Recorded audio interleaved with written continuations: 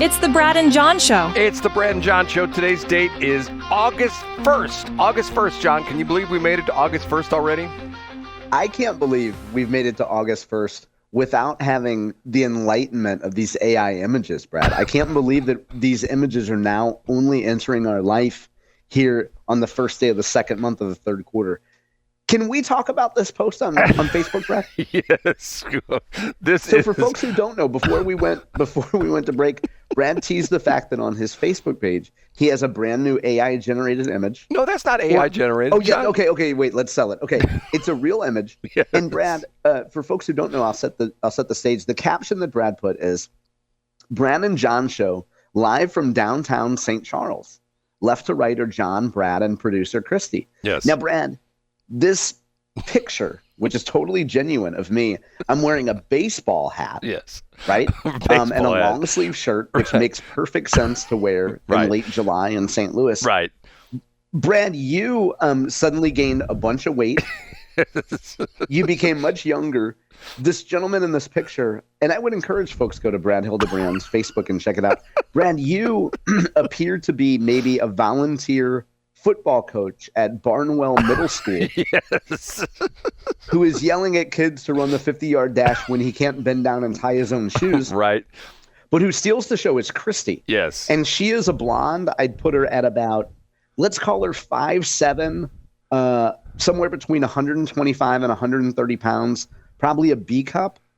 And that's either beautiful, beautiful long blonde hair or, or regular long blonde hair with some extensions. She looks really good. She's a natural brunette, and you can tell that she dyes it blonde.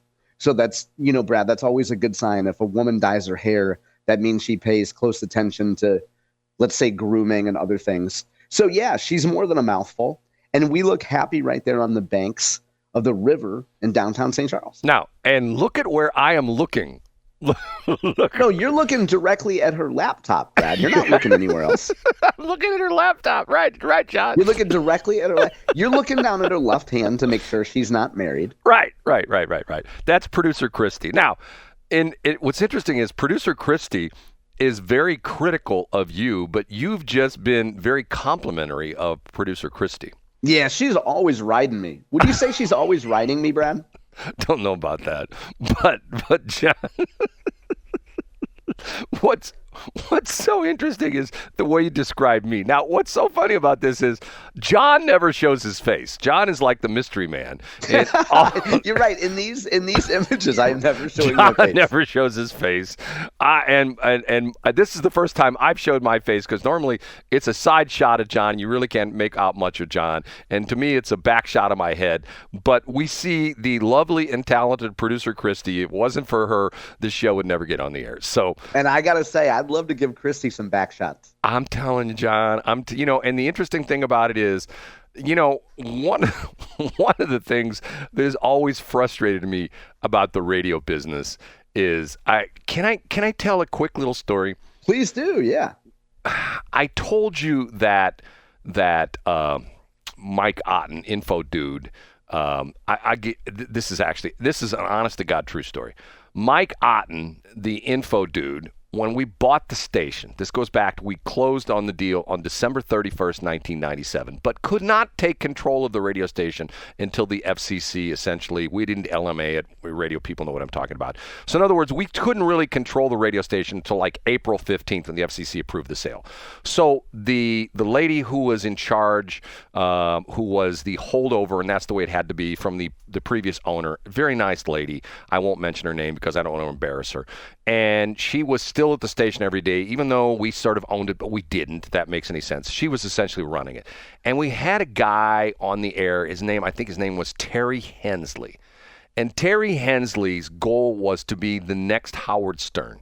And he had the same hair. The only problem is Howard Stern is a tall, lanky guy. And Terry Hensley, you could have chopped Terry into three and come out with three different Howard Sterns, if you know what I'm talking about. Okay? I do.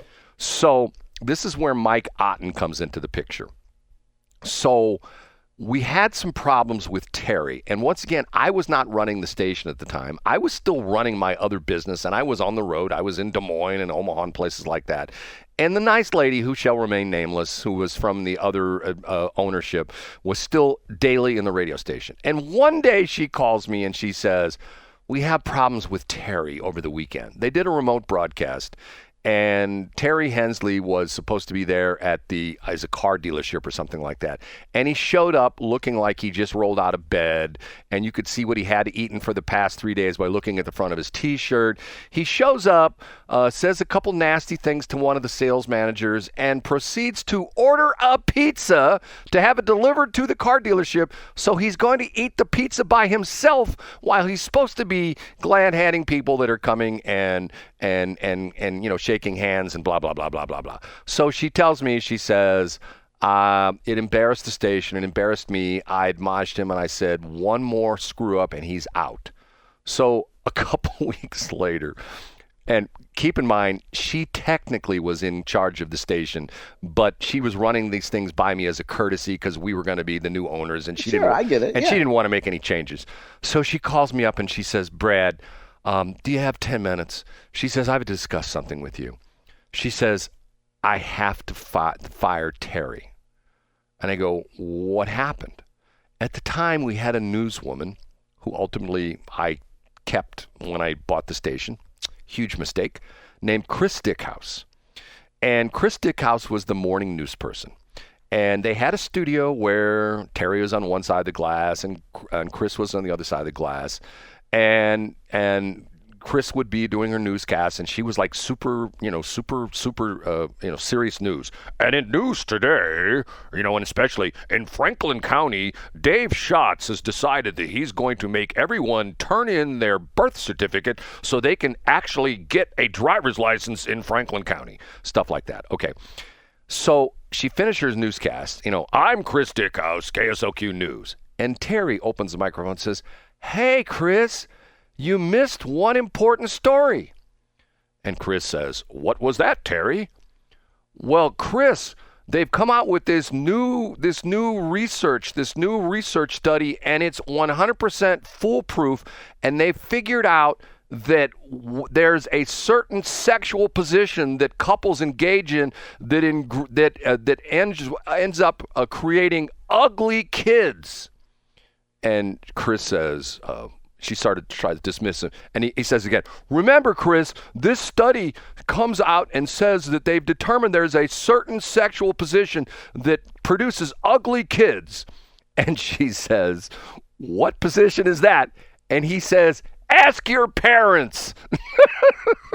Oh, wow. Okay. So Terry was gone, and Mike Otten came in. That's where Info Dude came in. And he was my morning guy for a long time. And unfortunately, we had a budget crunch because of the fact that I don't know the exact dates, but I talk about my ownership of the station. There's been three huge bumps in the road. Number one was 2001, 9/11. Afterwards, a lot of things changed with that. Number two was the 2008, 2009, 2010, 2011 economic meltdown. And number three was COVID. And all three of those, and ask anybody in the media business, they will tell you the same thing. You just got your butt kicked, especially. And you've mentioned before that you fired the wrong person. You should not have let Mike go. You should have let someone else go. I did. And exactly, I never should have let Mike go. But mistake. And is Chris Dickhouse, is she the mother of Scott Dickhouse, or are they brother and sister? Scott Dickhouse is her cousin.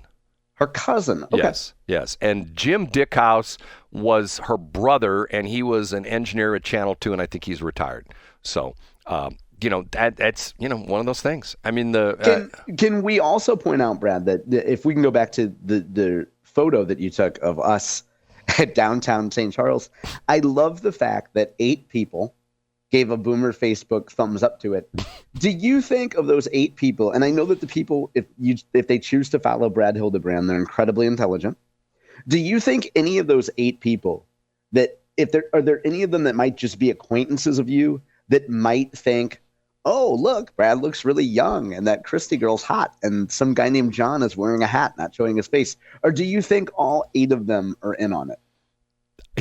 That's a good question, John. Like somebody like a Paul Brown or Mike Carter on here. They obviously they're smart. Like they know you. They know that this is Brad being Brad, right? It's the Brad that we love.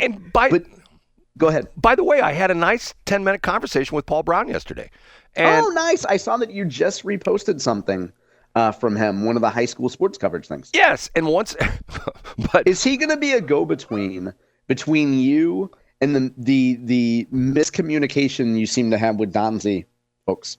Well, with Kev, whatever his name is. The crazy thing about it is I told Paul the whole story.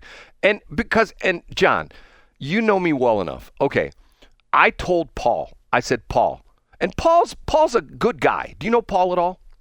I met him back in the Jack Jackson days. I can't say I know him. I can't say we're friends, but I met him back in the Jack Jackson days, I believe. Nice guy. He's not like one of my best buds, but I've had interactions with him for 3 years. I hear he's a great man. From other people, I hear he's a great man. Yeah, matter of fact, one of his, I don't know if he would appreciate me saying this, but for a long time he was married to Mandy Murphy for like 22 years.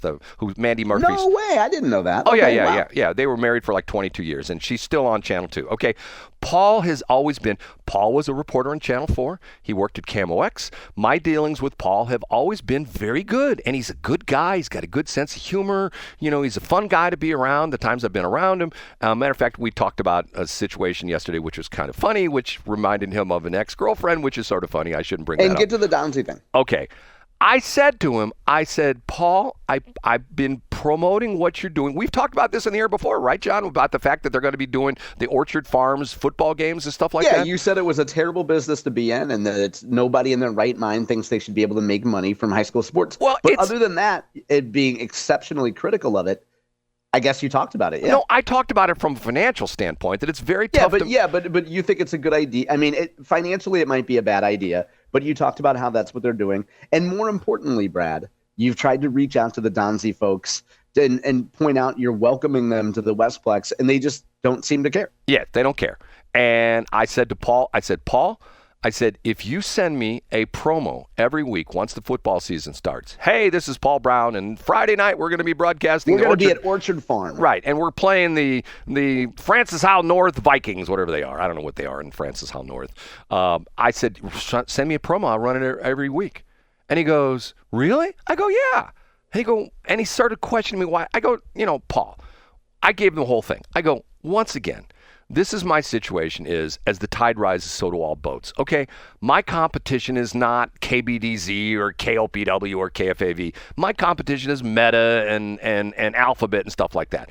And why is it that us radio folks, and not me, but the rest of the radio brethren, got to stab each other in the back and make life miserable for each other when we should be working together to promote the fact that radio is still a viable form of advertising and communication, blah, blah, blah. He agreed with me. But guess who he's got to clear this with? He's got to clear it with Donzie. Oh, he's got to clear it with Kevin Russell, Kev. And I told him how we had our first interaction. I said, I have no idea who this guy was. I get a text from him one day, telling me that, what am I doing? Why am I talking about them? Why am I putting a page from their media thing on my Facebook? Yeah, and why aren't you creating confusion in the market, Brad? Confusion in the market, right. because our frequency is 107.1 and his is 101.7. Hey, did I choose those frequencies? No, that's just the way it worked out. So he says, I have to run this by Kevin. I said, okay, fine, whatever. So I told him, I said, Paul, no matter what comes out of this, if you can't give me those weekly promos, I will record them myself and run them. Hey. That's right. Nobody's going to keep you from doing that. Right. Because of the fact that, and this is still important, if you see the video he did, he's interviewing, I think, a quarterback for the Orchard Farms high school team. Yeah, some high school kid, yeah. He's interviewing, and to me, that is something that kid will remember for the rest of his life. Get what I'm saying, John? Absolutely. That kid has an aunt in Idaho that got that video and is so proud of that. Right. And to the point where there will come a point in his life, he go, man, I remember when I was back at Orchard Farms High School and this guy came out and who's the play-by-play for our team and interviewed me the whole bit. That is my whole point. When we did high school sports, that was the real upside of it, that you make these kids, they are already, busting their butts and showing up. I mean, can you imagine doing yesterday and today are going to be nice days, but can you imagine doing practice on Monday, Tuesday, and Wednesday of this week, being out there? I played a little bit of sports in high school, Brad, believe it or not, and I'm familiar with that. And let's not forget that high school journalism is how you met producer Christy. Right. And she was a JV cheerleader. That's right. And most people would call that grooming. But in your case, Brad, you just called it recruiting. Right. So, no, the point being that I think high school, but see, the issue on this is, and this is big picture, and Paul and I talked about this briefly, there are now national companies that have come in and they're doing video for all the high school games. And he knew exactly what I'm talking about. They're doing this They with just this high set school. up a camera. You see them on YouTube all the time. Right. They just set up a camera and then they're selling ads. And the downside in that is that they're taking away money from local radio stations who are trying to make money at this. Some of the small market stations can still make not a lot of money, and you have some of these, especially if you get down in Texas, which is like it's like religion in Texas with football in high school. But around here, and the interesting part of it was, God, there's so many things he said was interesting. He's been substitute teaching, and the reason he picked Orchard Farms, he substitute taught for a couple years in Francis Howell, and he talked about how there was no community in Francis Howell. And I've said this time and time again. My whole deal with the Westplex Chamber of Commerce is trying to create a community for the area, because of the fact that still, when people talk about the St. Louis area, okay, you go, you travel, and somebody says, hey, where are you and from? And you're on the airport, and somebody asks you where you're from. What do you say, Brad? I don't tell them St. Louis anymore. I say I'm from the Westplex. Where's that? It's a great area to the west of St. Louis. Where? What's it about? 450,000 people, great area, St. Charles County, one of the fastest growing counties in the state, great economic, great police protection, and that's great why education. You've been working with Westplex Chamber to form a community where everybody can drive their golf carts to one central area, Brad. We can all go to the Deerbergs lot and have a good time. Right. Okay, John, I'm going to miss you so much tomorrow and Sunday, but you know what? I'm going to have my John Combest fix tomorrow at 10 o'clock. I'll be listening intently. And then on Sunday morning at 8 o'clock, I'll be listening intently. You want to give a quick plug there, John? Yeah, folks can listen to a brand new show called The Farm Show. That's Farm and Ranch, Missouri. Tomorrow at 10 a.m. on Westplex Talk 104.5. Also, Brad is generous enough to replay it Sunday at 8 a.m. Thank you for that opportunity, Brad. John, and hopefully this week, my mistake last week, I apologize profusely. I told you. Hey, that's why that's why we don't promote it, Brad. We're going to see if we can get one well-executed show under our belt, and then we'll go from there. Well, we did it on Sunday, right? You did a great job with that on Sunday, it worked Brad. Perfectly. Thank you. But the mistake on Saturday was 1,000% mine, and I apologize to you. Hey, it happens, Brad. Okay, we'll talk to you on Monday, but you can hear John tomorrow at 10 o'clock and 10 a.m. and 8 a.m. on Sunday morning. John, have a real good weekend. You too, Brad. And I'll say hi to Christy for you. Please do.